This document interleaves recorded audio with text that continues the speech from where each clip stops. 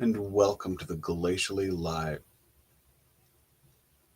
Welcome to the live Glacially Musical Podcast. It is Amtrak. This is the fastest Amtrak ever. Of course, I'm Nick Cameron, the founder of Glacially Musical, joined by my good friend, a man who thinks he's not as beautiful as he is, Keefe Kalopsia.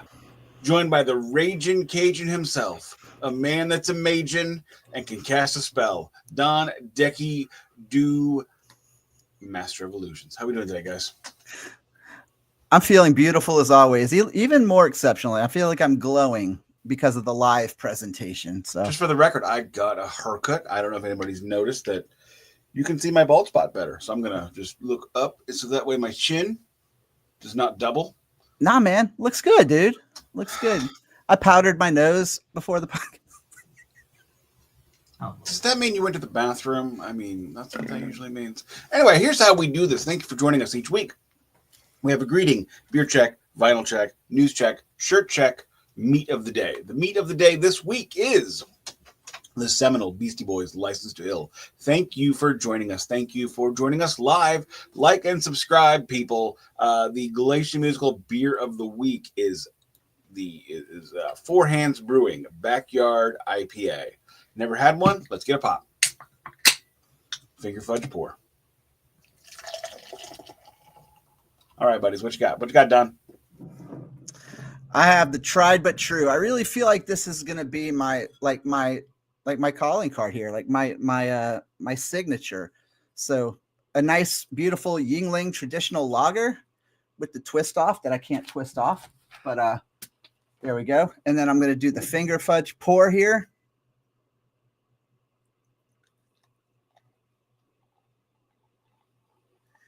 And Nick has taught me the finger fudge pour. And I will have to say, as corny as it sounds, a beer tastes so much better when poured properly. You don't have burpee belly. So that's where I fucked up with the Hopsecutioner 2 weeks ago. So now I feel like I've got to break the stigma and try it again. But I'll try it on live next time. I'll try it on the podcast, next time. So what you got this week, Keefe? Guess what I've got? I've got a Liquid Death. I'm going to have to literally man the phone here and just drag the main speaker each way. But sorry for the late start. Just to, one of the common things, we've never done this live. Nick used to do live versions of this podcast. I obviously go live a few times a week. Don, I don't know if you do live everywhere on the web, but this is our first time doing this for Glacially Musical. Glacially Musical is sort of part of Ghost Cult now because that's what we do with Galactus. We eat worlds. I've been conquered. Right this second, we're streaming on Facebook for Ghost Cult, Glacially Musical, if you're there, sub, on YouTube, Ghost Cult's YouTube, and Ghost Cult's Instagram, all at the same time, which is kind of cool. I felt like Twitch was a little extraneous for this one. I'm drinking a now discontinued but still good Convicted Melon, which is basically watermelon and lime, and grapefruit flavors. Liquid Death. Cheers, fellas. YouTube happy hour. Cheers, everybody. Cheers.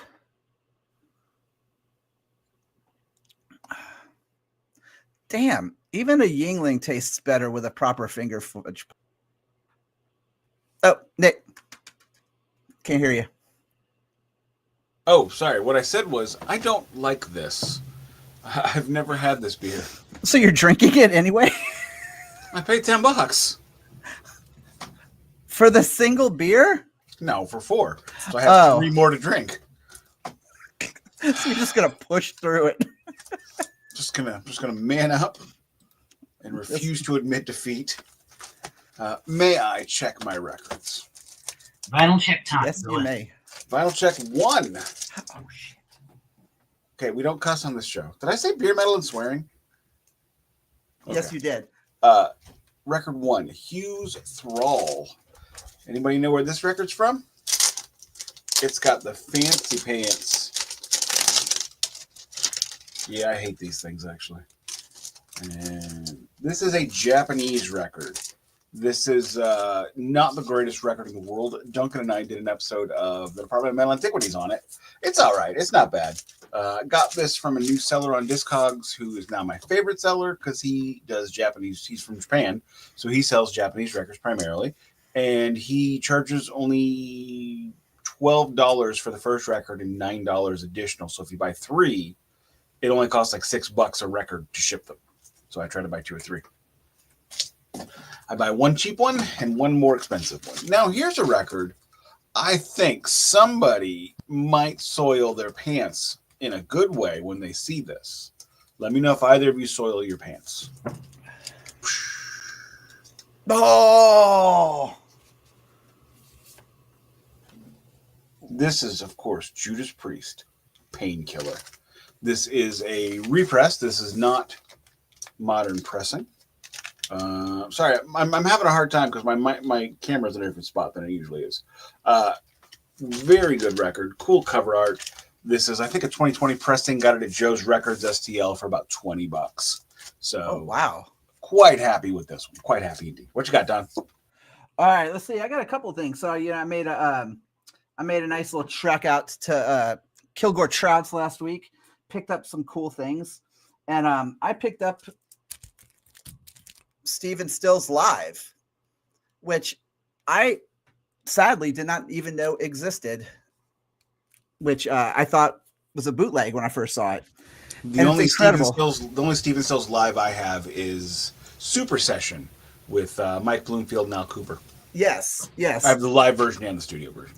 So this one is it's got an electric side and it's got an acoustic side. And the acoustic side, he does these incredible renditions of Change Partners, Crossroads, You Can't Catch Me, and Everybody's Talking It, which is incredible. Great listen. Probably, I don't know, like this was probably one of my favorite finds. And then finally, a friend of mine gave this to me, which you can't play it, but if you look at this, this is actually a vinyl record that was turned into a Steal Your Face. And I don't know if I can get the angle right, but it's a Cheech and Chong album. Wait a minute, that stupid skull has a name? Yeah, it's the Steal Your Face. They call it a Steely because it was the cover of a live album called Steal Your Face. And so they adopted this as the logo. It became a Steely. So I'm anyway, making a face. I can tell it. But yeah, and anyway, it's a Cheech and Chong record that a guy turned into, matted it, made it into a cool little piece of art. So beautiful. Love it. But that's all I got for this week. So Kiwi. Alrighty. While I'm talking and doing my vinyl check, Nick, please check your connections because you seem like you're calling from the next room with a Dixie cup and a string. Just check yourself. You don't have to talk.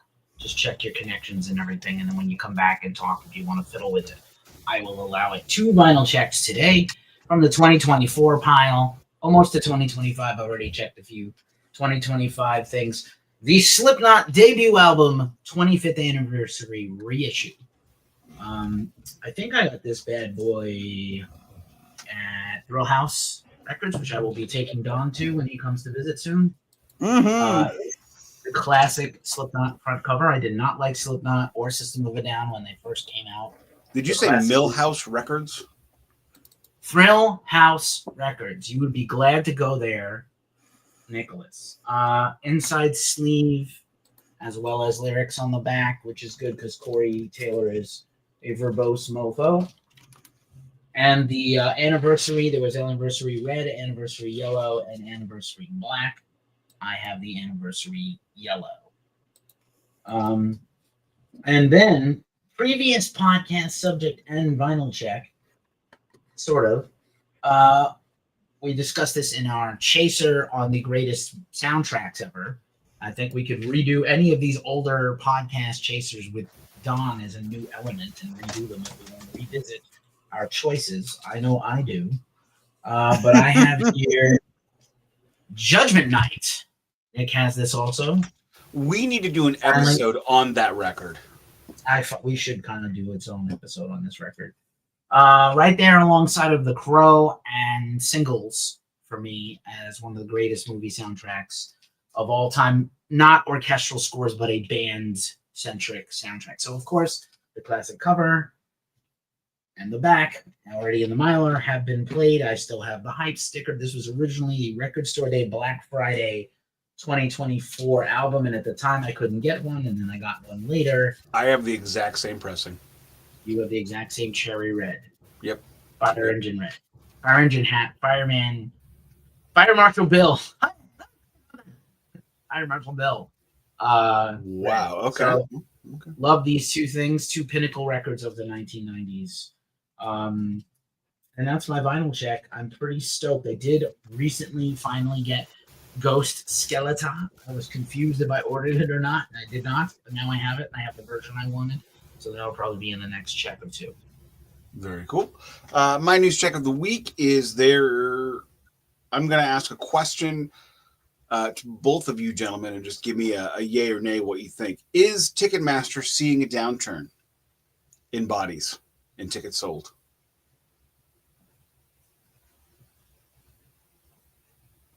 I don't think so because they're making money hand over fist. Do you care that if they have less people show up and they're still making a ton of money because they can finance billions of dollars of loans? I want them to go under, but that's besides. I agree.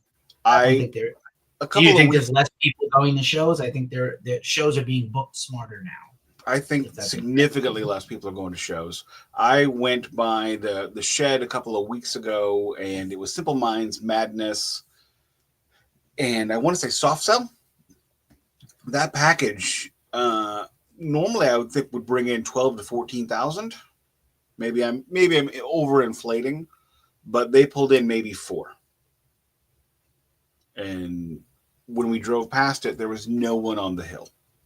Well, these are all one-hit wonders from the 80s. Yeah, but it's 3 of them. What is the audience for these people on a weeknight in St. Louis? It's 3 of them, and St. Louis is very nostalgic. Also pointing out, Ticketmaster is doing another concert week of all in with no fees. They have never done, I can't hear you, Don. They have never done 2. Was that the $30 deal that's going around? The $30 deal. Okay, they've been doing it every year since the pandemic. Not twice.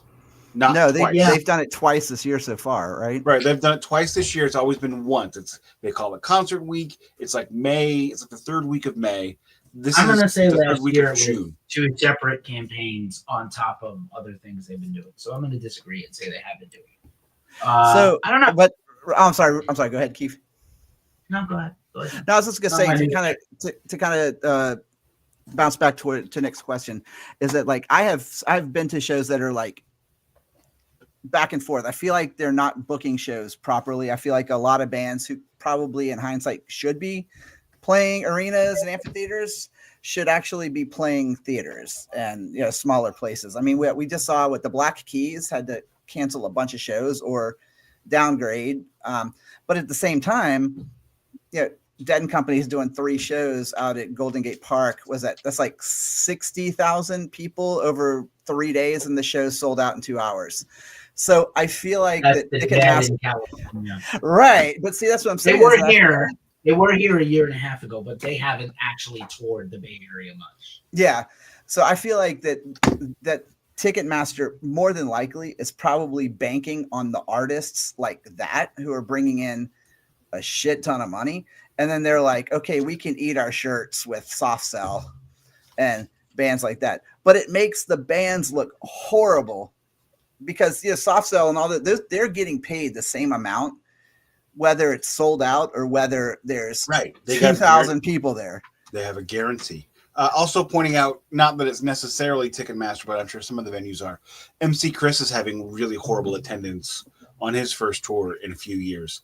Mm-hmm. He's been like basically begging for people to buy tickets, and he's like, I don't know what's going on, but he like listed. I mean, the most tickets sold he had for any one show was 100. Wow. And we're not talking about Styx that comes every year. I mean, granted, MC Chris is far more of a niche item, but I'm also getting pounded by Ticketmaster with way more emails than I ever have. I'm getting probably 10 emails a day from Ticketmaster right now. So with MC Chris, like what is the deal with him? I mean, because I can't assume there's any places much smaller. I mean, because he's playing small places. Well, I'll tell you, the club he's playing in St. Louis this time is the wrong club. He's playing Pops, which Pops is where King Diamond, the Black Dahlia Murder, the Cavalera Brothers have played in the past. Ace Frehley is where last time I saw Ace Frehley was there. Big place. Yeah, it holds 3. That seems like a lot for MC Chris. It's way too much for MC Chris. He should be playing a 500 capacity max. At most. Yeah. Yeah. Yeah. But the other thing I wanted to say, mentioning Cavalera, the Cavalera brothers are going on tour with special attention being paid to the greatest Sepultura record of all time, Chaos AG. So I've been told I'm going to be covering it. So look for my review on Ghost Cult. What you got, Don? So my news that I got this week. So I saw a news clip that said REO Speedwagon singer injured in car crash after falling asleep behind the wheel. But then I picked up the news story and it says former frontman Terry Luttrell of the band REO Speedwagon. I have no idea who the fuck that guy even is. They were talking about that on the radio today. I mean, like my first thought was like, oh my God, Kevin Cronin is in a bad place. He's not even in the band right now. Yeah, I know. He's like the Kevin Cronin. He's touring with Styx. Officially, There is no REO Speedwagon anymore. It's Kevin Cronin plays REO Speedwagon. Who wants this? Nobody. Kevin Cronin's REO Speedwagon. Who's the original singer of this band? Of REO Speedwagon? His name is Terry Luttrell. Was he on the first record? I have no idea. I mean, I was trying to read this, but it looks like I'm trying to see if they even went into it. But known for his time with REO Speedwagon, he joined the Can't Fight This Feeling band in 1968, replacing vocalist Mike Blair. He was only in the band from 68 to 72. Okay, he was on the first record. He was on their self-titled album and was replaced by Kevin Cronin. Oh, okay. So Kevin Cronin is the classic singer. Mm-hmm. Okay. So that makes sense. So yes, wait. So he's like the longtime new guy, right? Basically. Well, he joined in '71. I mean, that's like calling Bruce Dickinson the new guy. Anyway, yeah. Well, moving on. All right. So Blind Melon announced 2025 tour dates, which is their first extensive tour since like 2009, which is going to be really cool to see. The lead singer, Travis Warren, does a great job. I heard the new soft songs they put out. Don't like them. But I feel like aside from Alice in Chains, I've never heard a revamped group put out music that I thought was actually quite good. So that's the news. And then I do have Foreigner news. I'm interviewing Jeff Pilson, a Foreigner, tomorrow. So who is Jeff Pilson? The bass player from Dokken, who's been in Foreigner for years. But I'm actually trying to figure out if maybe RTB and Nick Guitar Jones should make an appearance. You know what? That would be the greatest thing ever. Also, please ask him what brand of water bottle he prefers to get for the band. What? How does Kelly Hansen take his coffee? Sure, in Death Clock. Oh, you're the bass player. Shouldn't you be getting bottled water for the rest of the guys about now? It's amazing. Oh my gosh. But yeah, so that's exciting. So I'm super excited about it. And I even inquired. I was like, I'm obviously asking a bunch of Foreigner questions. I was like, but can I ask some Dokken questions or some lineage questions of himself? And the PR person was like, absolutely, just go for it. Said he's a really cool interview. So I bet he would like to be thought of as more than just some random dude that joined Foreigner 18 months ago. I mean, he's probably gonna be psyched that he's been in the band a long time though. He's been in Foreigner for I thought he was the guy that just became this. Oh, I'm thinking of the guy that just became the singer. Oh yeah, but I thought that was the bass player. Never mind, moving on. Anyway, and then my last piece of news was that where was it? I just had it bookmarked. Oh yeah, that Ozzy is releasing some sort of drink where now you can have his DNA inside of you. In 1990 something, they released Ozzy's Holy Water I remember at Ozfest. That every bottle was personally blessed by Ozzy. Now I don't know if we had an I Love Lucy situation where he was trying to bless each one as it went by, or if he just blessed the vat. But we always envisioned, blessed. this one's blessed. Oh fuck, I missed one. Stop. That's how I always envisioned it. Anyway. And then him so real falling quick, over. here's the description. It says the drink is called Infinite Ozzy from Liquid Death. Ultra limited. Natural. Okay, why doesn't Liquid Death sponsor us at this point? Right. Okay. Now We this is. we literally carry their water every week. I know. If anything, give Keith a spokesman. You know, like he could be like Send him the a Joe. fucking case of it. The most free stuff he ever got from Liquid Death was the 2 that he picked up at the Metallica shows, or the 2 I gave him because I didn't want to drink the shit. Look, dude. You know, I mean, he could be like the Joey Suzu of Liquid Death. You know? He could be Keefy Liquid Death. He could be Keefy Lick Death or something like. Anyway, but anyway, and it says that this is a great. Licky boom boom down. Ultra limited empty cans of Liquid Death iced tea that were actually drank by Ozzy Osbourne himself and now contain his DNA. They are being sold for $450 a can. I'm just going to point out that that's improper grammar. Yeah. The past participle of drink is drunk, aka Thank you. I'm gonna get drunk on all these beers I have. Also, this is Goose. By Goose. But yeah, so anyway, so if all you kids out there would like to check out, you know, own a piece of Ozzy for $450, maybe you can clone him Jurassic Park style. I don't know. So basically, it's become Sheldon, where he was given the gift of Leonard Nimoy's DNA, and he was going to clone his own Leonard Nimoy. What's that mouthwater from the Austrian Alps? Not like that! Two flavors, mountain spring water and sparkling water. Aluminum cans. All right, so everybody who is watching this right now, go to the Liquid Death website and click on like message us Keefy, or whatever. Demand Keefy. And demand Keefy gets free water. We are actually going to. I'm going to do it. I'm doing it right. I'm doing it right now. I'm just clicking. Actually, they don't do sponsorships anymore. They do affiliate partnerships, and even our affiliate partner. So actually, to be honest, they sent us a gang of shit. My Liquid Death hat that's here somewhere. Shirts that I still wear to this day. They're very comfortable in my size. They sent cases and cases of the water to me. This is before they had the flavors. So this is very early days during the pandemic. Omar cut this and I made that commercial when we were living together. Where is that handsome man? Why isn't he here? He should be here. Are we ever going to have him on? I think he went to he liked Beasties. He went to Tibetan Freedom concert and stuff like shit like that. So no, we did that commercial, and that was to promote our affiliate partnership. And for a while, we made money and got free product. So I have no complaints about Liquid Death. I do continue. My homies are texting me like, "What?" I continue to shill for them. I do like the product. They're not making these anymore with the agave. The stevia ones, as you saw me drink one live on the show, horrible. So once these are gone, I will only be drinking the white can or the black can. Which is this? The black is this plain sparkling? Wow, only white or black. Okay. Wow, only white or black. Wow. Shades of gray, son, just like Biohazard. Are you done? Done.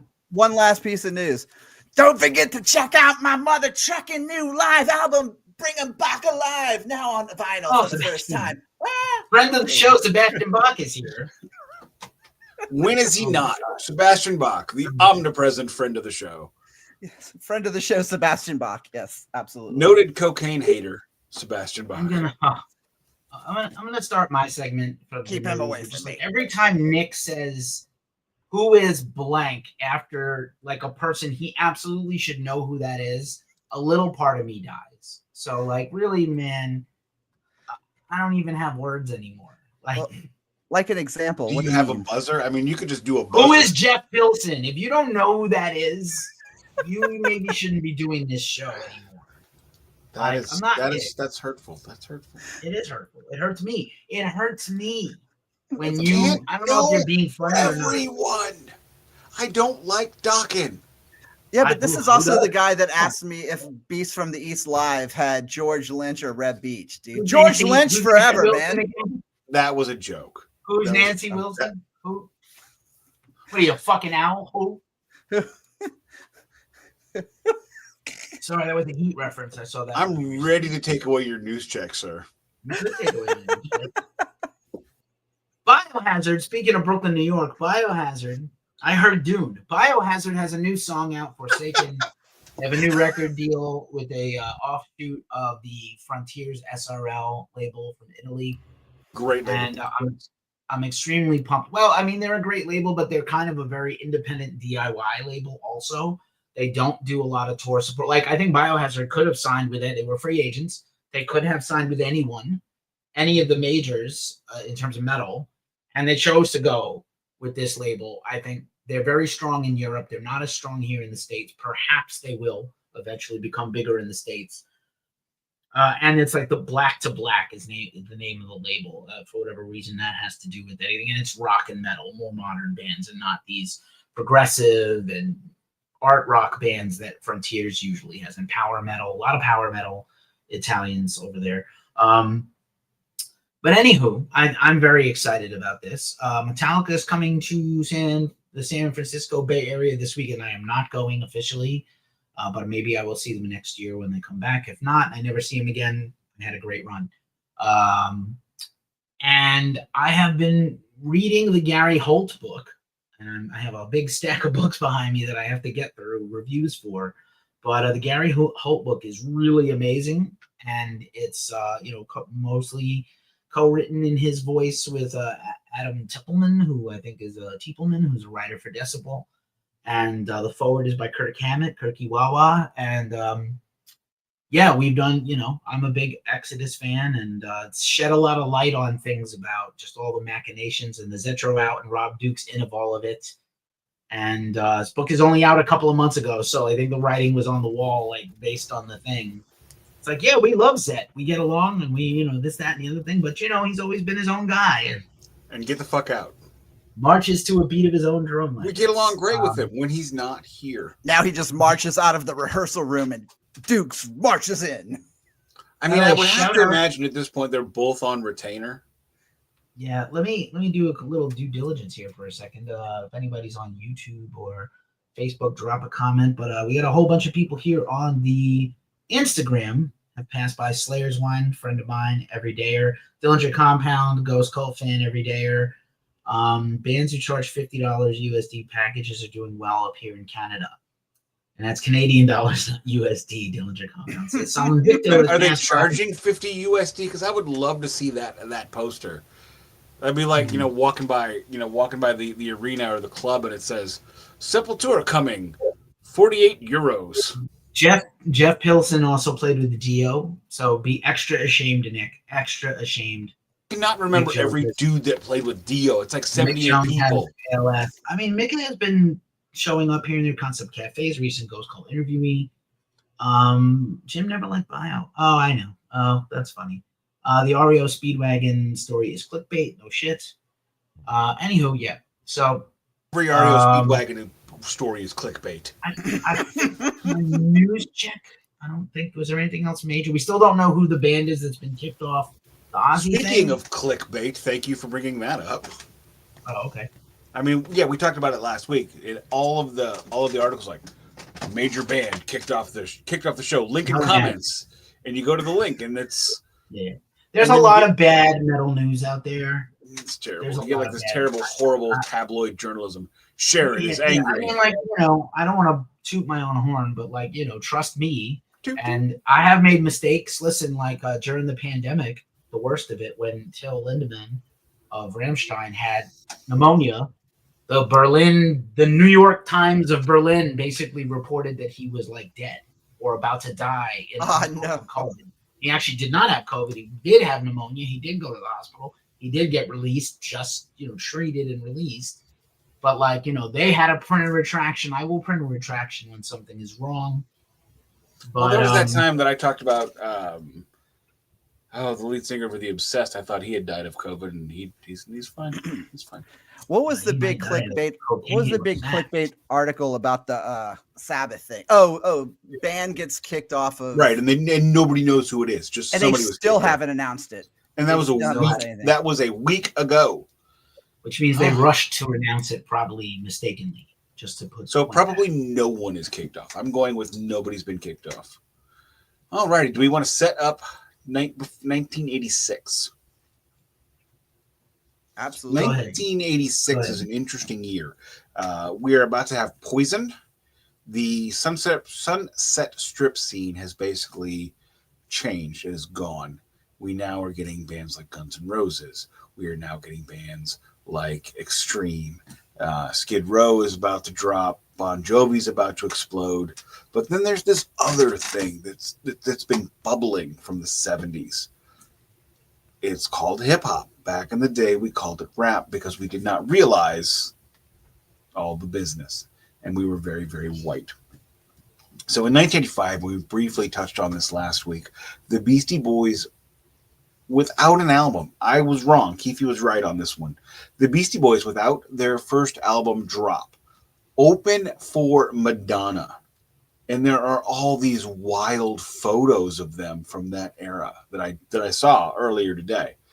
Can you just say I was right once again and you were wrong? Can you just do that for me? Meatball sandwich in my mouth. That's what I ask the scammers to say to me, so that way I know they're not AI. Sir, this is a Wendy's. Oh, so no meatball sandwiches? This pit, Denny's. Circle pit by the fryer. So anywho, yes, Keefe was correct. I was incorrect. So they played 5 songs on there. So here's the 5 songs. Does anybody want to guess one song off the set list? A small hint. There's nothing. She's on it. There's nothing from Pollywog Stew. She's on it. That is correct. Don, give me one song you think's on the set list. Is it going to be? Let's see. Time to Get Ill. No. Okay. It's Yours, which I don't even know what that is. I have no idea. She's on it.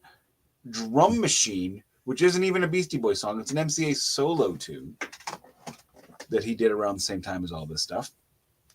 Beastie Groove, and they closed the set with Rock Hard. Isn't Beastie Groove the Bad Brains like reggae thing they did? No, that's Beastie Revolution. That's right. Sorry. There's Beastie Boys, Beastie Revolution, and Beastie Groove. Oh, also Beastie Groove instrumental. So you need to make sure you know all 3 of these songs backwards and forwards, or you will hurt me by not knowing. Well, now you know how I feel not knowing who Jeff Pilson was, Nick. Boom Pilson, Cameron. He can eat his own butt. So in 86, bands like Run DMC and LL Cool J existed. I can remember being at summer camp, and I went to an inner city school at this time where it was at least half black. And it was Scruggs Elementary, 4th and 5th grade. And I remember seeing my classmates wearing, hats with LL Cool J lyrics on them or Beastie Boys lyrics on them. I heard Paul Revere by one of my cabin mates rapping it in 1986 before I ever heard it. And I knew all the words before I ever heard the song. But we also have, does anybody remember Aerosmith's big comeback in 1986? It was Walk This Way. Featuring Run DMC. Actually, it was Run DMC featuring Joe and Steven. They were the only 2 involved. They were the only 2 involved. That is correct. And the only 2 in the video. And the only 2 in the video. Which, I mean, it's kind of mean. Those other 3 dudes and the bass player are worthwhile. Not so much the bass player. I'm sorry. I'm quit picking on bass players. But 1986 is a transitive year. The top 40 at this time, this might be the end of the era where the top 40 isn't just pop songs as we know them now. This is when the top 40 is a literal snapshot at the entire world. So we have all different genres of music. Van Halen's 5150 comes out this year. The greatest Van Halen record they have ever released since 1984. What was between between 1984 and 5150, Keefy, what was better? Well, OU812 was. I would take David Lee Roth's EP "Crazy from the Heat" over anything with Hagar. God, Fuck that's that a guy. good. That's a good EP. I got Van that. Halen with Hagar, Van Hagar. Fuck off. Fuck off. Look, dude, seriously, Eat 'em and Smile came out at the same time as 5150. Skyscraper came out at the same time Even as OU812. Skyscraper. Crushed Even it. fucking There's Skyscraper. nothing wrong with Skyscraper. Skyscraper's a good I'm record. saying it's better than anything. Well, Sam yeah, Hagar. yeah. Well, I mean, it's got Steve Vai. And like It's not even fair. trying. No, to he be did better. not try on that record. Actually, he was very experimental on that record. Actually, that might be a good future cast. We can talk about that though. That might be interesting. Anyway, But moving back to, so this is a year where music is going in all kinds of ways, and a really cool thing. This is also when my mother, around the era when my mother told me, I liked that rap thing when it started, but now I'm just sick of it. Okay, Mom, hasn't really been around that long, but that's I fair. appreciate, the African American community appreciates the support you had for them 2 weeks ago. Nick's mom was a real OG. My mom was. I don't think my mom was a music person, apart from Neil Diamond and the Eagles. Yeah, but you know what? It ain't St. Louis without Nick's mom. So my friend texted me on Saturday saying, "Hey, do you want to go see this band Hudson and the Hoodoo Cats?" And I text her back. I'm like, "Did I ever tell you about the time that I woke up and the bass player was in my living room after having spent the night with my mom?" What? What am I supposed to do? What, True story. I feel what are like we supposed to need do with the that whole rest- information? Like, We need the whole rest of this story now. Go, you stepped in it. Go ahead, buddy. That's the whole Hear about story, your mom basically. hooking up with some D-list. no, come on, dude. But she There's a hooked up story. with a bass player. You do realize you're talking to two bass players here, right? I'm know, right and here, that- bro. And that's why I just step in the dog dookie and put my shoe in front of you. Bass players. I used to love you, Nick. You'll love me again, bitch. I used to love you. Keefe, can we get Used to love Nick, but we had to Had kill to kill him. him. Used to love Nick. Oh yeah, but we had to kill him. that is not nice. That is mean, that is violent, that is terroristic. You might as We well used scratch it. to love him, but we had to kill him. Anyway, Well, you know what? Before you kill me, I'm gonna what? I don't know what's happening. shit, I hit mute. Thank What you. I I'm glad you said understood my was- sign language. I'm gonna tell you this one thing before you kill me. You can't put your arms around a memory. Oh Lord, we are so That's- Amtrak. That's Keefe, Yeah, can we get anything the else to records? say? No, can we get the records Yeah. from the year? Yeah, well, what I'm going to do is we've done 86 a few times over past series. So I'm going to do the top rap albums of 86, a handful of the top metal albums of 86, and because I feel like it's relative, the top punk albums of 1986. Hello, Joe. Joe is here. Quite a few people watching on YouTube now. hey, Hi, everybody. Joe. Subscribe to the Hey Glacially Joe, where you going with that YouTube in your hand? Is here. All right. Whoa, let where are you me- going with that tube steak in your sock? Oh my. Oh wait, no, I'm sorry, that's mother's milk. 7-Eleven. That's where I'm going. So silence. Some top hip hop and rap albums of 1986. Just a few you might have heard of. Just yay or nay. Besides Dave. Blazing Just Hell. yay or nay. Raising Hell, Run DMC. Yes. Yes. Hot, Cool, and Vicious, the debut from Salt and Pepper. No. No. On Fire by Stetsasonic. No. No. Okay. Dougie Fresh. Oh my God. Oh my God. Can't believe you don't know these. No. I But my love that wife his name had is Doug E. Period Fresh. my wife had that Doug album and loved Period. it. I think. Not surprised. She can Most stay. of my hip hop stuff's from the 90s. Back in Black by Houdini. I have Back in Black by Cypress Hill. All bangers. That is just not true. Yeah, I don't have that one. Has Black Sunday, not Back in Black. No, they have Kumo Back in D Black as subtitle well. debut. I'm May I sorry. Which continue? one was that? Yes. Are you guys just talking to yourselves and I should just go fuck myself or what? We would like to fuck you. Please continue. All right. Then. Self-titled album by Kumo D. Kumo D. I said no. No. Two Live Crew is What We Are by Two Live Crew, their debut album. Can't I've remember never even what they heard call of that one. Yeah. I Super. didn't know that was the thing. Schoolie D, Saturday Night, the album. Oh my God, Schoolie D. He's make the homies say ho, make the girls want to scream. Don't have it. I did not have that one, but I knew that song. The Source, Grandmaster Flash. Had it. No. Curtis Blow, Kingdom Blow. Don't know. That was Is that a Roy Thomas Baker joke? Perhaps and should not have been. Did somebody say blow? MC Hammer's debut album, Feel My Power. Wait, he had a debut album? He's had many albums. I assumed that his first album was Hammer Don't Hurt Him. He sold 60,000 copies. But somebody's earplugs are not In in the back of his car in Oakland. Wow. This is a band you should know, but probably don't. Skeezer Pleaser by UTFO. I don't think that's their debut, but it might be. I think Skeezer Pleaser might just have become my new online handle.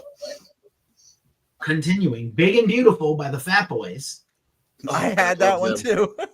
It's their third album. I had Fat Boys Are Back. Oh, and just a heads up, I had all of these on cassette because this is of when I course. used to carry around a boombox to Lazy go. disc. Yeah. Okay, So, whose headphones are not in properly? yeah, I'm hearing Yours. an echo. Yours. No, I hear mine. I think it's you. Anyway, continuing. Too Short, third album, Raw Cut and X-Rated. No. House Rocker by Lovebug Starsky. Nope. Never heard of it. Make the music with your mouthpiece. Biz Marquee. Motherfucker, say his name. Biz Marquee is what goes back that far. I had no idea. Yes. Other than that, Yeah, I didn't have that one. I think it's his EP that followed his debut. Eric B is President by Eric B and Rakim. I think that's an EP also. Did not have that one. Play This Only at Night, a second release by Dougie Fresh following the Paradise Lost model of albums. Did Dougie Fresh release like 17 albums in the 80s? I think in the 80s, yeah. Just in Beat 86. Beat Biter by MC Sean, the rival of the Bronx rappers. No. Said Queen's the best. Automatically. God, Queen's I the best. he was Like four name-checked guys. he was name checked by Snow. Yeah, of course. Well, that was his homie. It was Snow. And Was then, yeah, they were friends. And then the Def Fresh Crew by Roxanne Shante. What in the fuck? Tiny Penis Motorcycle Club. I'm sorry. Was that a werewolf? Do you Are need we some in gas London? X? Do you need some gas X, Keefy? So really quick, a handful of metal albums, maybe the best year in metal in the 80s. You can argue this. This will be a future podcast series.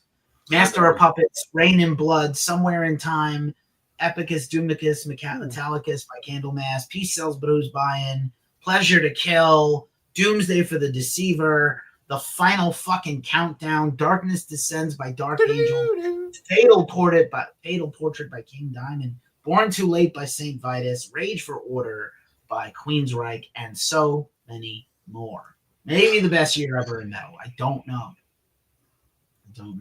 That's And pretty then up there with the 88, Keefy, when we were talking about the Robert Plant. Here's the third on the Venn diagram. Here are some important, very important punk albums. Not all of them, but important punk albums of '86, because I think Beastie Boys live in the middle between this. Mr. Fire is here. It says that Joe rules. Joe does rule. It's Enjoy hard to say what that. the Beastie Boys are. Enjoy by the Descendants. A Date with Elvis by the Cramps. I saw the Cramps in 1988. I was still in high school. This is The Voice by Agent Orange. That's where that riff gets stolen. Animal Boy by Ramones. Probably the last really great Ramones album. They had a few other good ones. The title Bedtime track for of that Michael album is fucking amazing. Didi wrote most of that record. When That is one of the most aggressive studio Ramon songs. Yep. In general, that whole album's fierce. Bedtime for Democracy, Dead Kennedys. The Age of Quarrel, the classic by the Cro-Mags. If you said that was the best New York hardcore record, I wouldn't fight with you. Can I Say by Dag Nasty. Atomizer by Big Black. Land of the Lost by the Wipers, hugely inspirational to Melvins and Nirvana. Horror Stories by the Dwarves. Self-titled Misfits record. Misfits are already broken up, and Sawane is out at this point, but that record became pretty big everywhere. Pictures of Starving Children by Chumbawamba before they got knocked down and get up again. So this is Sex when they Man. got knocked down. This is when they got knocked down before they got back up again. Sex Mad by No Means No. Sawane 3, November Coming Fire. Rembrandt Pussy Horse by the Butthole Surfers. I think that's their debut. Second album. Great titles. Candy Apple Gray by Husker Du. The Horse Bites Dog Cries by D.I. Subhumans Split. Eye Against Eye, Bad Brains.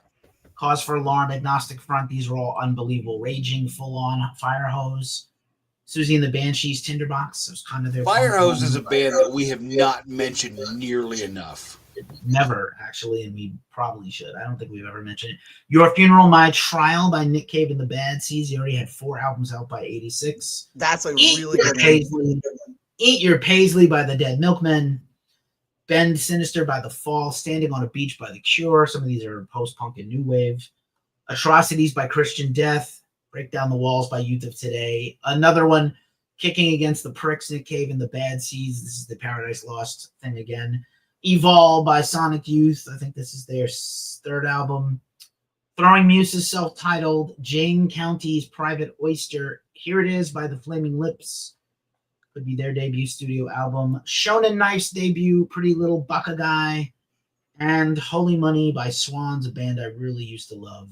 Neither punk, certainly not rap, and not metal, but kind of all these things at the same time. That is a lot of groundbreaking music to come out at the same time as one of the best-selling debut albums of all time, Licensed to Ill. That's what I'm saying. That 1986 was this wonderful mishmash of music. It's all over the place. It's every genre, every just a great year for music. Just, I mean, absolutely wonderful. I can remember walking home from school singing Aerosmith, Paul Revere, because I didn't have nobody would buy me a Walkman in 86. Nobody had a Walkman. Well, if I would have known you, I would have let you borrow mine. That's not buying me one now, is it? Or we could have each had like a side, and like listen to like that on the bus. Don and Nick sharing a Y connector headphone jack. They didn't have Y connector headphone Probably jack in getting those 1986. I think they did, Bell. Look up your radio. Do you guys remember though the Walkman headphones? You could actually pop the ear parts off. Yeah, why? And you could give the other one to another person. You could actually like listen. Or you could just kiss. Yeah, I mean you could do that, but I don't know. Most of the people I went to school with didn't have teeth, so that wasn't really an option. So it's not my fault you went to school in the South. I know it's not, but I have PTSD from it. It's all right. Shall we get to the record? You were in the Sata, and now you still are. We're almost at the 1 hour mark. Should we get to the record? Yeah, get to the record. So, who produced it? Rick Rubin. Who managed it? Russell Simmons. Mm-hmm. Who's going to be shown the door in about 6 months? Those two dudes. Those two guys. Who? Does anybody? think it's more like a couple years later, but you're not wrong. I was being a little hyperbolic. You don't have to come at me all the time. Not you, really? I thought it was hyperbolic. Is that not how you say it? Oh, I think it's hyperbosolic. I love it when you talk dirty to me, Nick. May I continue uninterrupted? Go. Does anybody know what Slayer guitar player is on this record? Kerry King. Does anybody know why he wasn't on Paul Revere? Because there's no guitar in Paul Revere. That's probably the best reason. So, here we have... Paul Revere is a perfect rap song and doesn't need Kerry King fucking it up. I was messing with you guys, and you both get I hate so... guessing games. It's not a guessing game. It's like, we need Kerry King to do a solo. Here, Kerry, put this guitar on, plug it in, and we'll push you down the stairs. And then stomp on your junk when you're down there. Kerry King's a fucking poser, and here's why, okay? Like, He's I fucking love terrible. Slayer. more than most people. But here's why he's a fucking poser. Because for years he derided rap music. He's on one of the most iconic rap albums of all time. Iconic rap songs of all time. I mean, he's that whole album. I mean, he's Not on the album. whole album, but he's on 2 songs on the album and in a music video. He's only in one. More. No, he's not. He's on But 2. He's on No Sleep Till Brooklyn, and then he's on. And literally, you can't tell that it's his solo and No Sleep Till Brooklyn. It's him. No, I know he's in. That's the only one he's on. No, he's on Fight for Your Right to Party. Doing what? Playing the guitar solo. Yeah. Anyway, he's a big poser. And then he selectively years later was like, I don't like this new metal. And then they made a new metal record. Carrie, shut the fuck up. I want to interview him, but also like, dude. Still my favorite Slayer record. Shall we do the track by track? Or else we're gonna be here for a year. Yes, who's leading it? You. It's your series. You lead every one. It's your job. I did my job. Okay, Bill Moakley. Track 1, Ryman and Steel. Does anybody know who Bill Moakley even is? I mean, Don, you should. You're from the Sita. I'm from the Sita. We didn't shirt check. MC Chris. Oh. Styx from the Mission Tour. What an episode this is turning out to be. Let's not do this again where we go live. What a fucking mistake. It's way more fun. You think? I do. So I had this album on cassette back in the day. My cousin Alex gave it to me. He was kind enough to give it to me because he hated it. Don't even know how he acquired it. So track 1, Ryman and Steelin'. This is a very literary track. It references Ali Baba and the 40 Thieves, which, as we all know, the Beastie Boys had probably not read. But it's important to point out that when I first listened to this record, I actually thought that they were telling true stories. And then I thought they really were terrible thieves and gang members and murderers. I didn't realize that you could put on airs when I was 10. I was going to ask you how old you were. Okay. I was 10. Yeah. All right. I'll let I was like, I shouldn't like this because they're so mean. Anyway, Ryman and Steelin', great song. And this is where we learned that the Beastie Boys know a New York slang that to this day I am still trying to decipher all of. A lot like Monty Python slang. So, Don?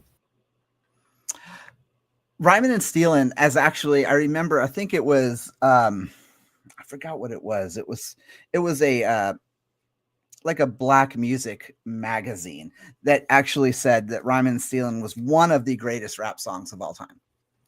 I saw and I agree. I saw a YouTube video about who was the best hip hop band of all time. And the announcer, who was African American, said it was the Beastie Boys. However, you have to also understand that they do have privilege, so it put them a little farther ahead at the beginning. Couldn't disagree. But yeah, great song. I think it's probably one of the strongest album openers. I think it's such an incredible opener. Evie.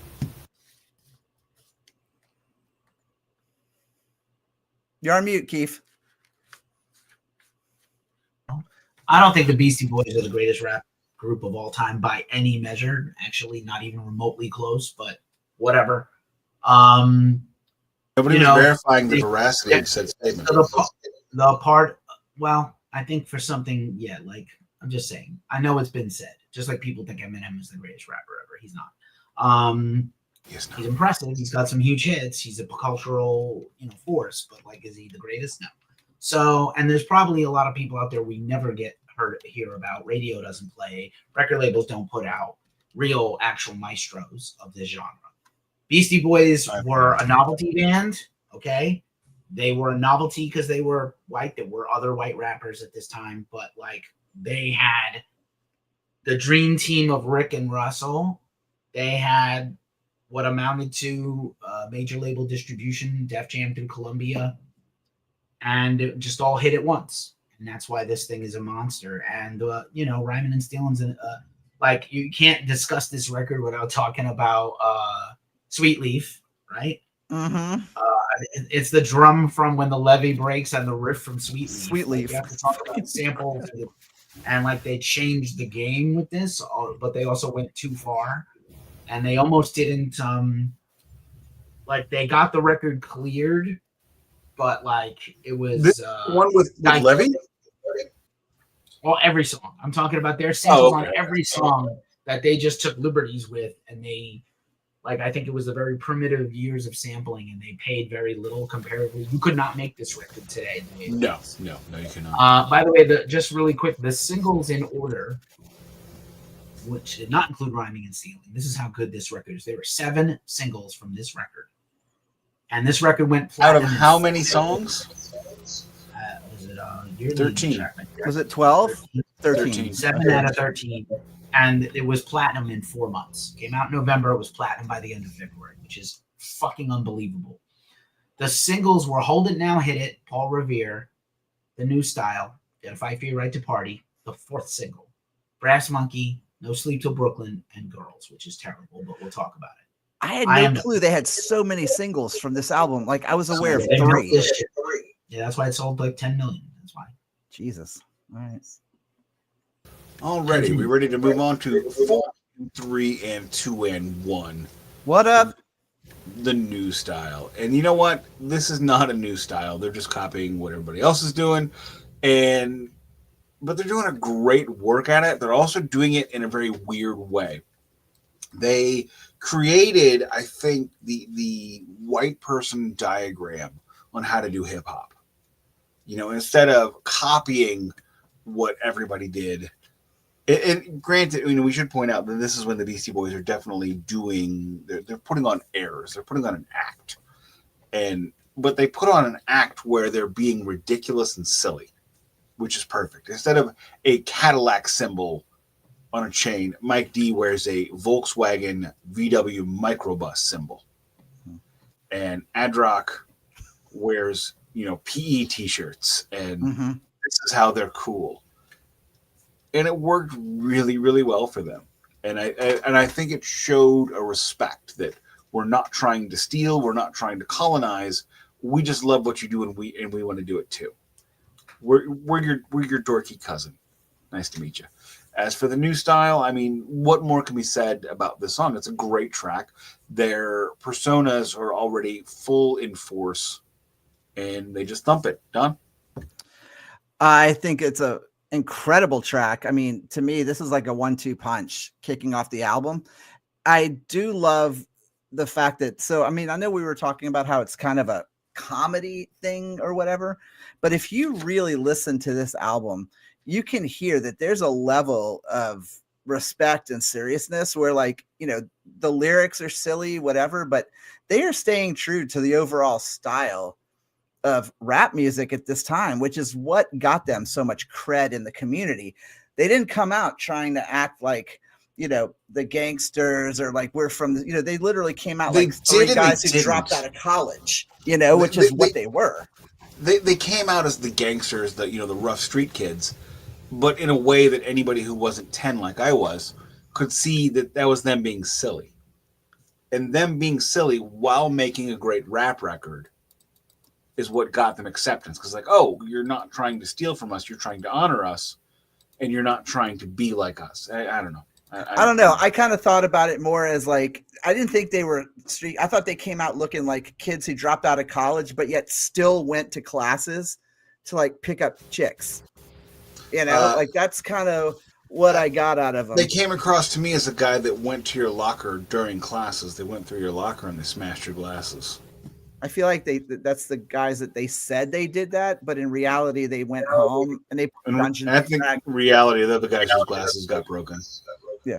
Okay. One more thing about new style. That change in the song, how at the end, after the "Let me clear my throat, let all the fly skimmers feel the beat," it takes on a whole new life at the end of that song, and I fucking love that. So top notch. It's like the primitive rap version of a hardcore breakdown. Where they It totally is. On the song. So can someone define fly skimmer for me? No. If you can't keep up, we're not going to help you. A few things you guys said were brilliant. There is a lot of great wordplay here. I think they wanted to be taken seriously as rappers. There is a goofy, extra machismo personality that they were going for that sucks and is actually one of the things I don't like about this record. If you read the amazing Rebel Girl book by Kathleen Hanna last year, like I did, who she is with, she's with Mike D. That's her partner in life. And when she first started to date him in the 90s, all her friends who were like feminist riot girls were like, the fuck is wrong with you? Why are you with that guy? That guy? The guy who did Girls and She's Crafty? That's the guy you went with? Hey, ladies and everything. But I think it's more sophisticated. There's like, they wanted to be jokesters. They wanted to be cool with metal and rock kids. They were punks. They had some cultural clout. I think there's great rap and hip hop on here. And this is one of those songs. I think some of the other things don't land. And we'll get there in another second. I think a lot of these things landed back in the day. They landed in the wrong. They landed in the wrong way. Because we can look back now. What? Some of that stuff was not even cool back then. Nah, back then, but that was right, like shock your parents and shit. And of course, they were appealing to young people who had no idea what any of this really truly meant. So if we're walking around at 10 years old going, girls to clean the bathroom, like who thought that was? Yeah, well, we're not there yet, but like they're also almost 30 here. Nobody realizes they were almost. Even though they said in interviews they were 24. Yeah, they were not 24. No, they were not. When I take it back to you, Nick, that's the cue for the next song. Go ahead. We should not do these ever again live. Go ahead. I love it live. I love it loud. Next track, She's Crafty. You want to talk about some great wordplay and just a perfect timing song? Amazing. You want to talk about a little bit of subtle misogyny that's not as bad as Girls? Also this song. So moving on. Done. This is one of those songs that, like, now that I've listened to it as a 51-year-old person, when I listen to it, I cringe. I'm just kind of like, you really went there? Like, I mean, it's like one of those things like where you're laughing and you're like, I shouldn't be laughing at this, but I am, but good song, but kind of forgettable to me. Right. Also, pirating my favorite Led Zeppelin song. The Ocean. Whole lot of love. Right? Oh, the Ocean. Just, whole lot of love. Chart did not play last week, by the way. Who what? Chart didn't play it. It was in the set list. They didn't play it. I don't know what the fuck you're talking about. I saw Heart last week. Heart. Okay. Oh, and it was on the set list, but they didn't play it. Oh, okay. Correct. She's Crafty? The Ocean.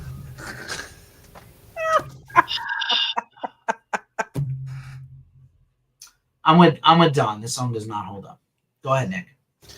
Moving on to Posse and Effect. You want to talk about the first real thumpy, This Will Never Die song? This is it. This song is perfection. No notes. Don?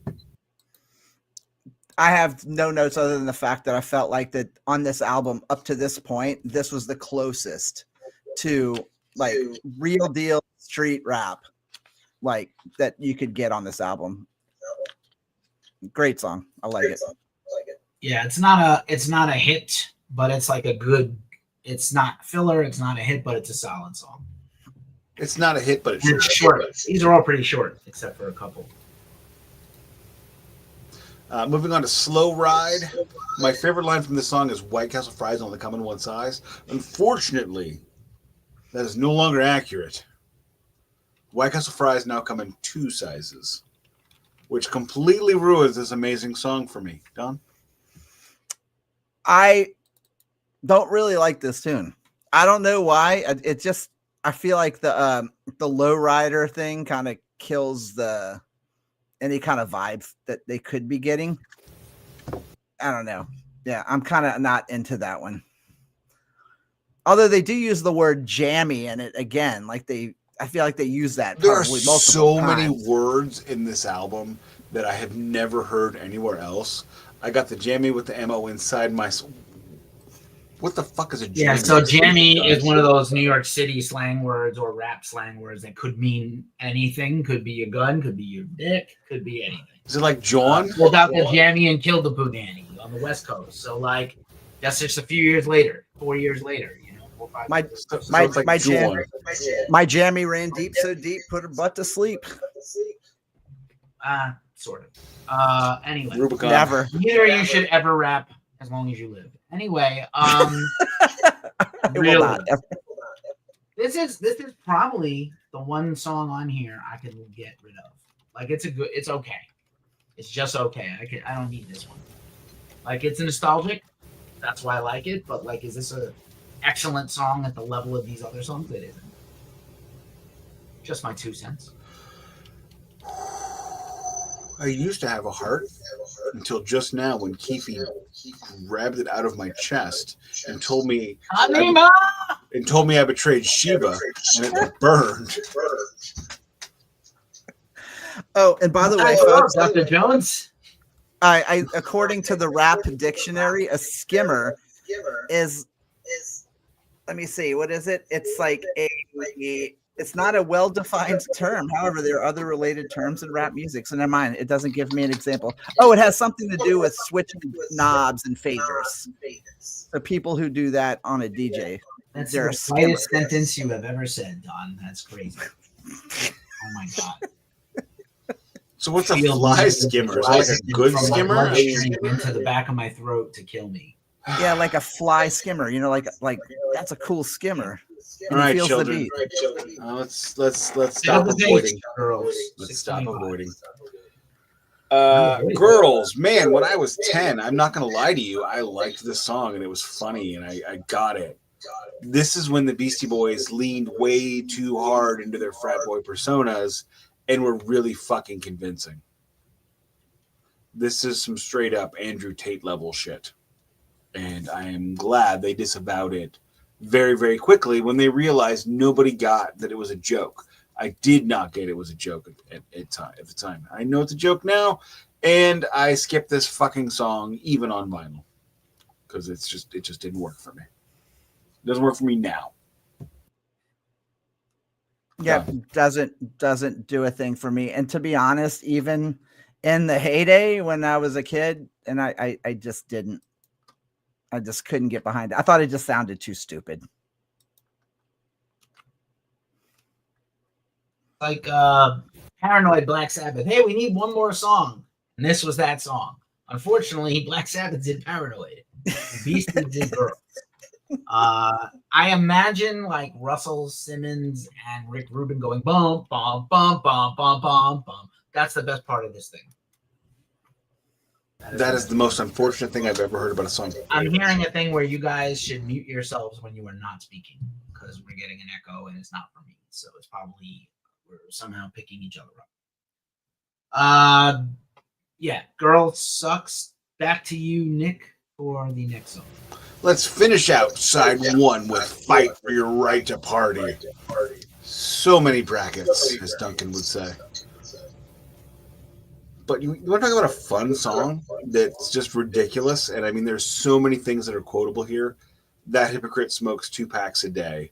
You wake up late for school. You don't want to go. Your mom threw away your best porno mag. Bust it. And you really want to bust it. And remember, when you're feeling tired and beat down, the Beastie Boys fought for your right to party. Do not go to sleep at 9:30 a.m., 9:30 p.m. No. It's like the Beastie Boys fought for you in this song, but they didn't want to. You know, like there's actually this kind of weird level of disdain you can hear in their voices on this song for some reason, but it fucking works because it's like it's so snotty. It's like they hated this song, right? And then they did it.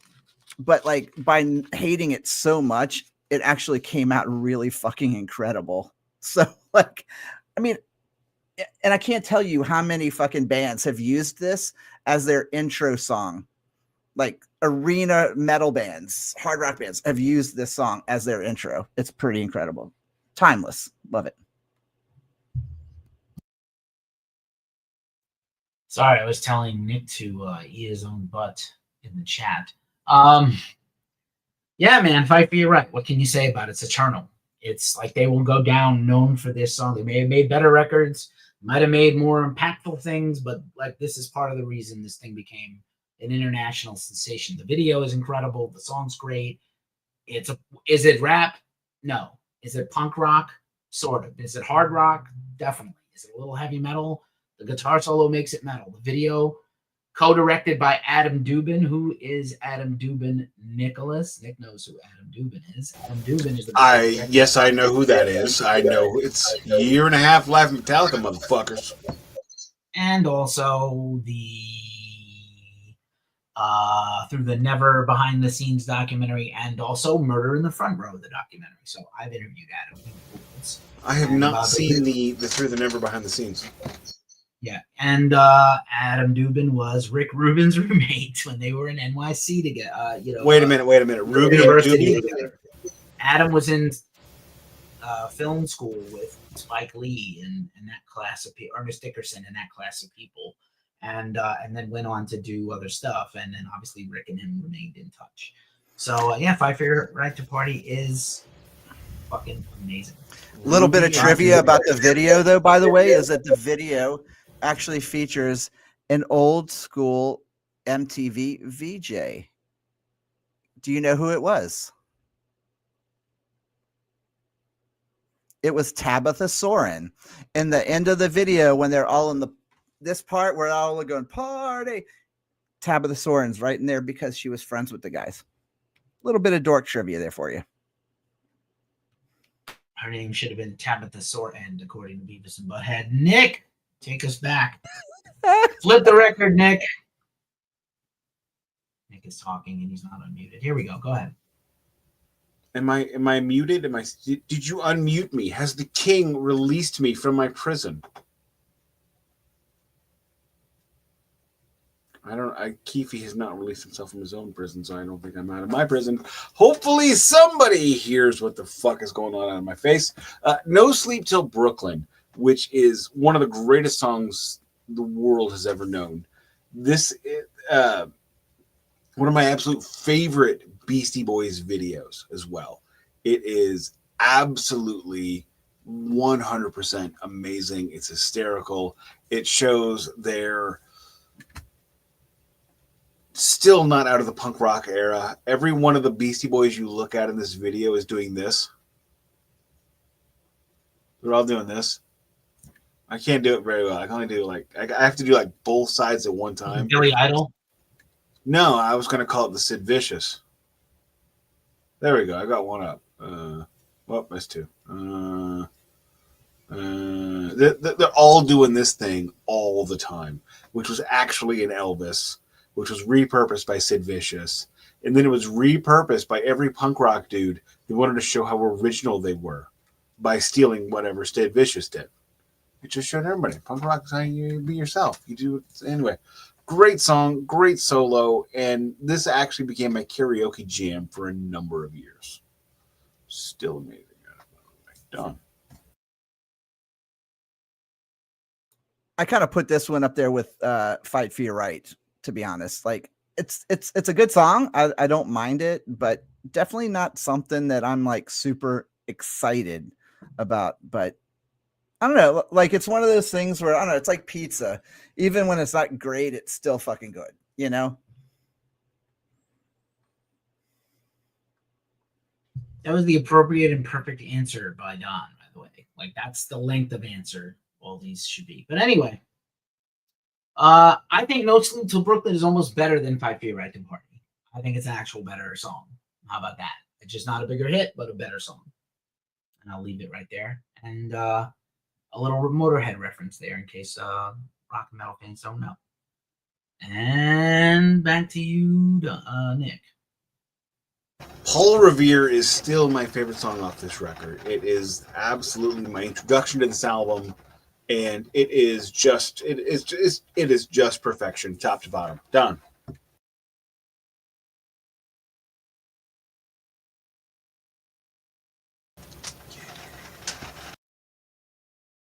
Don. Yes. I'm unmuted. Now, I was. Oh, did someone need to unmute me? Okay, anyway. Best song on the album, I think. It's or at least my favorite, and I think this is probably one of the best rap songs of the era. They nailed it. And the flow, everything, the lyrics, the bouncing back and forth, loved it. Nicely done. Yeah, Paul Revere is the best actual rapped song on the record to me. It still holds up. I think there's things that they copied that they did their own way well. And I think they carry this over onto the next record, actually. I think Paul Revere is a little bit of the blueprint for Paul's Boutique. But we'll talk about that next week. Back to Nick. Hold It Now, Hit It. I mean, it's them in their most amazing drunken persona. They are rapping. There's no rock or punk or metal in this. It's not as good as some of the other songs that would fall into similar categories in this album, but you know what? Worth listening to. Don.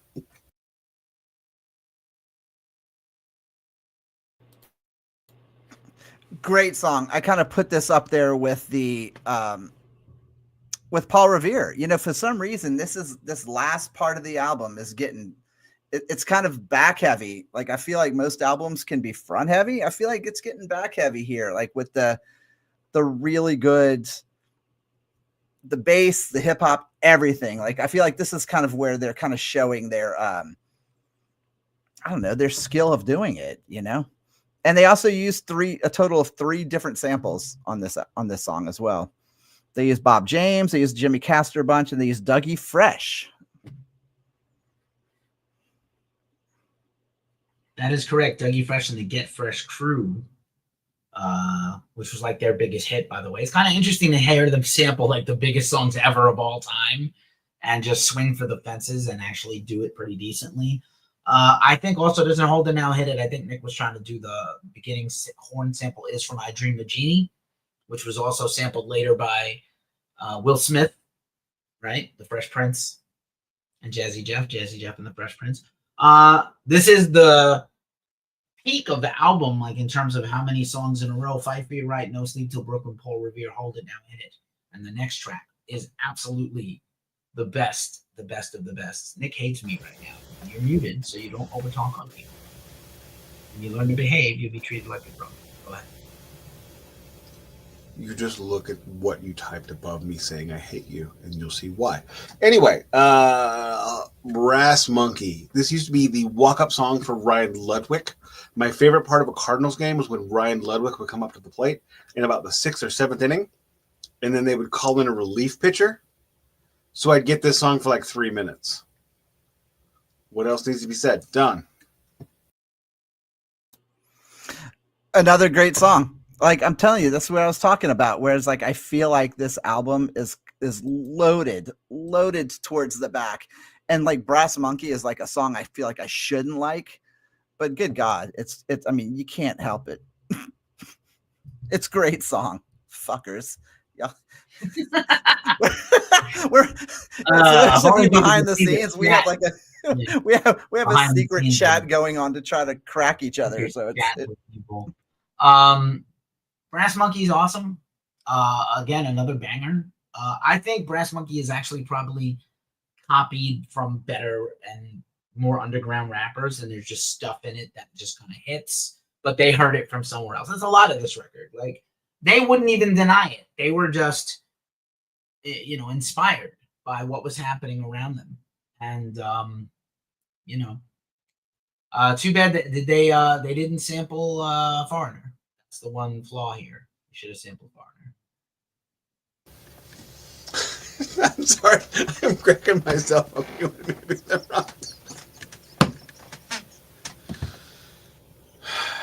I'm going to come clean right now. I made a mistake.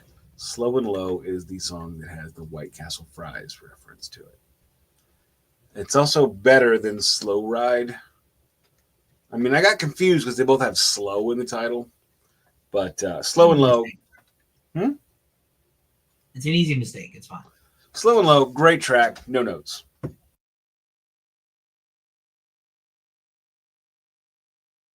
song, and it's actually one of the only, I think, maybe 4 songs from this album that they performed live later into their career. And so I feel like that the fact that they would do things like that kind of shows the, not like the importance to them, but the fact that they actually felt like these songs were good enough to stand next to this incredible material they were coming out later. So when I listened to this after hearing what I heard of the Beastie Boys later, I listened to the song and I'm like, yeah, that holds. They left a lot of these songs in the past. This is not one of them. No. Great song. Great song. Yeah, this is historically one of my jams. Interestingly, also, we didn't mention this for Paul Revere, little ghost writing by Run DMC, by Run and DMC on Paul Revere, as well as Slow and Low. So I don't know how much they wrote. I don't know if they wrote all of it. Enough to get paid. Enough to get paid. That is correct.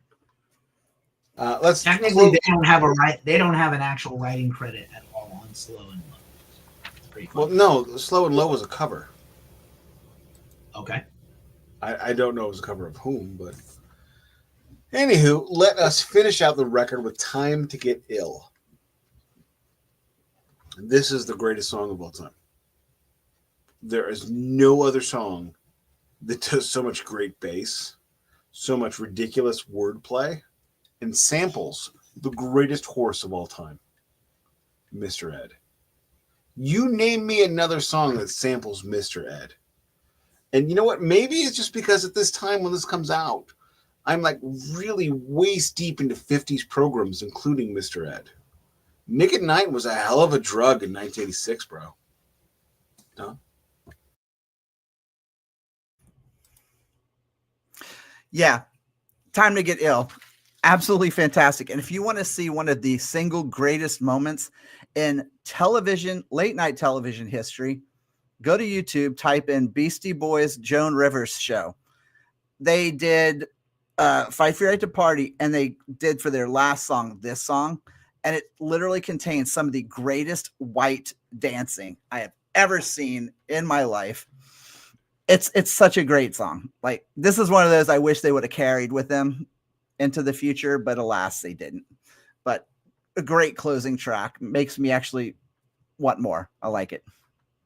I don't exactly know what white dancing is, Don, where you're from.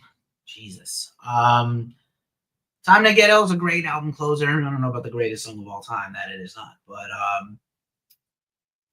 yeah, it's a song that ends the album in a very strong fashion. It's a 44-minute and 32-second album, which Nick undoubtedly likes a lot. And, you know, it's understandable why it's huge, why it did so well. They went on to tour the world on the back of this record. But I think, I don't know, you know, I think there was a little bit of it that was the novelty of them. Not that the novelty is that they're white, but the novelty that they had these jokey songs. And, maybe they weren't taken seriously as a result as rappers, which you see them in later years drill down on. But that's kind of my final thought on this.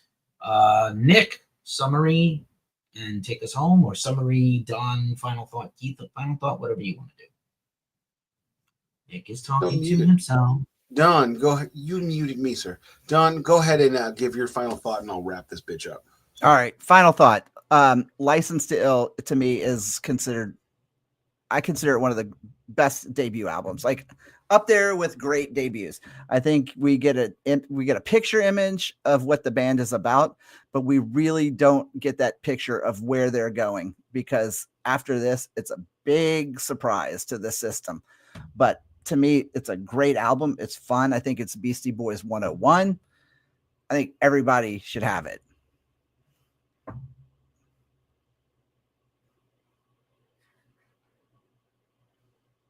I don't really have any more to add. I think it's an awesome record. I'm glad we did this series just to be able to do this record.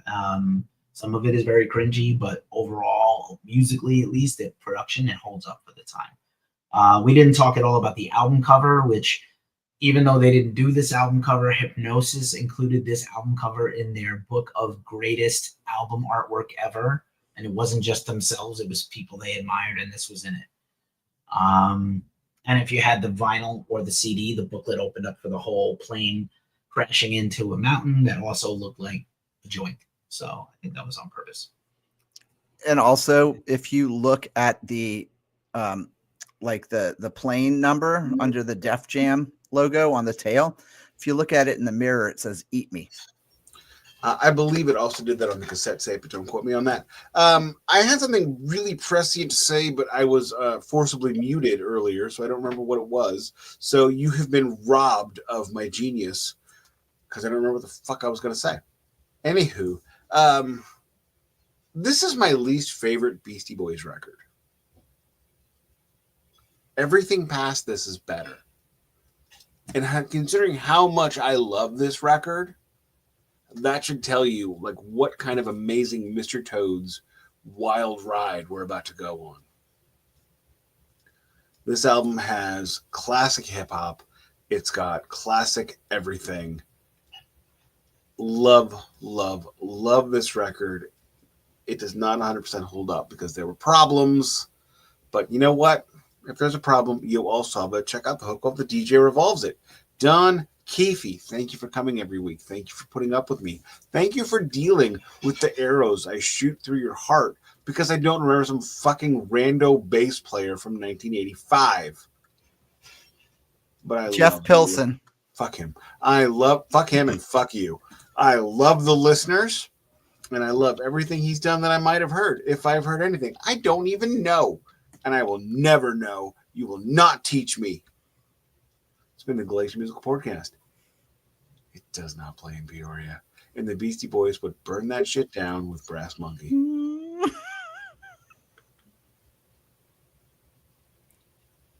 Nice little last minute point there, Bob. It's good stuff. Thank you guys. Have a good week. Dude, More lives.